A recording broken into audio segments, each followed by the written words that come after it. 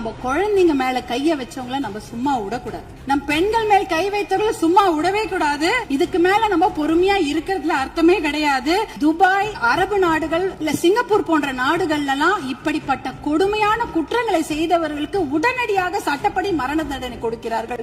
அந்த மரண பயத்தையும் உயிர் பயத்தையும் அந்த தப்பு செய்தவங்களுக்கு நம்ம கொடுக்கணும். அப்படி இருந்தாதான் இந்த பெண்கள் குழந்தைகளை காப்பாற்ற முடியும். வேற வழியே கிடையாது.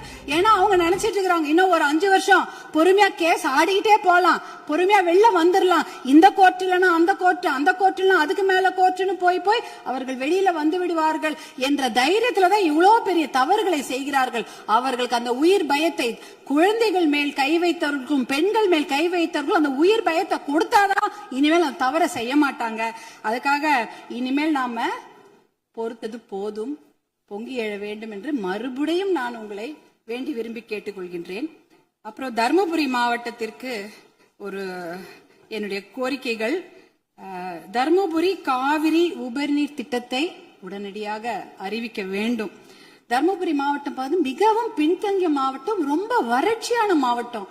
அங்க நாங்க நிலையங்களோ கட்டிடங்கள் எல்லாம் கேட்கல, குடிக்கிறதுக்கு தண்ணி கேட்கிறோம். ஒரு ஆளுக்கு ஒரு குடம் தண்ணி கூட கிடையாது.